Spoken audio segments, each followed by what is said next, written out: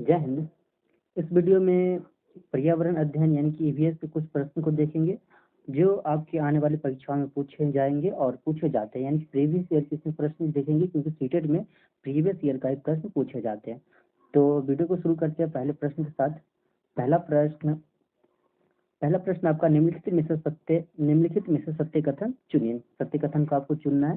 पहला ऑप्शन कह रहा है हाथी गंदेले पानी में खेलना पसंद करते हैं क्योंकि इससे इनके शरीर को ठंडा मिलता है, यानी कि ठंडक मिलता है। ठीक है, तो ये जो आपका हाथी के बारे में स्टेटमेंट दिया गया ये सही स्टेटमेंट है, क्योंकि हाथी क्या करते हैं, उनके त्वचा जो होते हैं मोटी होते हैं, उनको गर्मी के दिनों में ज्यादा गर्मी लगती है, इसलिए क्या करती है गंदेले पानी में यानी कीचड़ जो होता है उसमें जाके खेलते रहते हैं। तो ये क्या करते हैं उसका इससे उनका शरीर क्या होता है ठंडा होता रहता है, ठंडक इनको मिलते रहते हैं। फिर आगे क्या कह रहा है, जो अधिकांश हाथी लगभग लगभग जो 8 घंटे सोना पसंद करते हैं। तो ये स्टेटमेंट आपका गलत कह रहा है हाथी के बारे में, क्योंकि हाथी कितना तो 2 से 4 घंटे तक ही सोते हैं। हाथी क्या होता है बस 2 से 4 घंटे सोते हैं, तो ये 10 घंटे वाले स्टेटमेंट ये गलत है।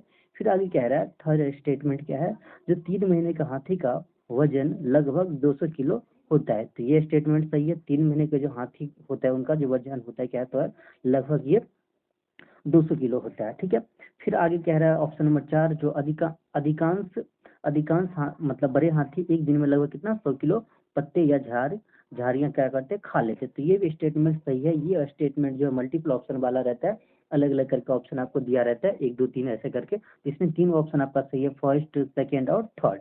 तो ये फर्स्ट सेकेंड और थर्ड ये तीनों आपका आंसर हो जाएगा। Option first and second option इसमें बनता है, ऑप्शन नहीं बना है, तो आपका ये तीनों सही हो जाएगा। नेक्स्ट प्रश्न देखते हैं। अगला प्रश्न है, कोई पक्षी क्या करते थे, पेड़ की ऊंची डाल पर अपना घोंसला बनाता है। पक्षी हो सकते हैं कि कौन सा पक्षी है जो पेड़ की ऊंची डाल पर अपना घोंसला बनाता है। पहले शकरखोरा, फिर है कलचीरी, उसके बाद कौवा, फिर फाख्ता। इसमें हम बात करते हैं जो पक्षी के बारे में, कौन सा पक्षी है जो पेड़ के ऊंची डाल पर अपना घोंसला बनाता है। तो ऑप्शन नंबर इसमें थर्ड हो जाएगा, कौवा क्या करते हैं पेड़ के ऊंची डाल पर अपना घोंसला बनाता है, ऑप्शन नंबर 3।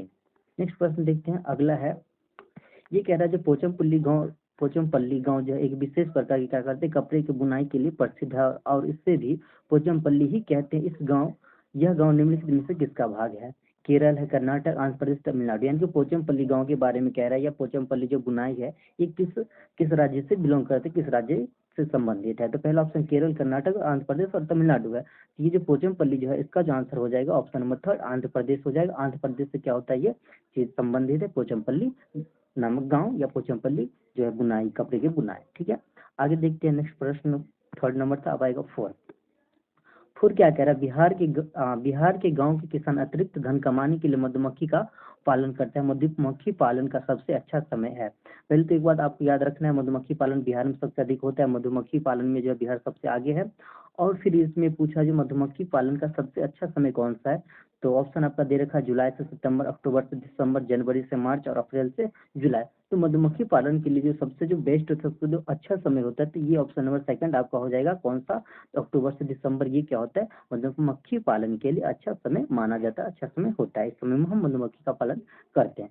तो ये चौथा का आंसर हो गया। फिर आगे देखते हैं क्वेश्चन नंबर 5 कह रहा है, एक ही तरह के फसल बार बार उगाने और बहुत से रसायन का प्रयोग करने से मिट्टी डैश हो जाती है। मिट्टी पर क्या असर पड़ती है, ये पूछा है। जो एक ही तरह के फसल बार बार करने से, यानी कि हम एक ही फसल को, जैसे कि हम धान या गेहूं किसी भी चीज की फसल कर रहे हैं, तो एक ही फसल को हम क्या करते हैं बार बार करते हैं, या फिर क्या करते हैं बहुत से रसायन का प्रयोग कर रहे हैं खेत के ऊपर क्या करते हैं, बहुत से रसायन का अलग अलग रसायन का उपयोग कर रहे हैं, तो उससे मिट्टी पर क्या असर पड़ेगा, उस पर क्या इफेक्ट पड़ेगा, ये मुझसे पूछ रहा है। तो पहला ऑप्शन कह रहा है किसी विशेष मतलब फसल के लिए उपयोगी बन जाता है। तो ये चीज ये कह रहा है जो अगर हम किसी एक ही चीज का जो बार बार फसल उगा रहे हैं, तो उससे क्या होगा, उसी चीज के लिए मिट्टी बन जाएगा।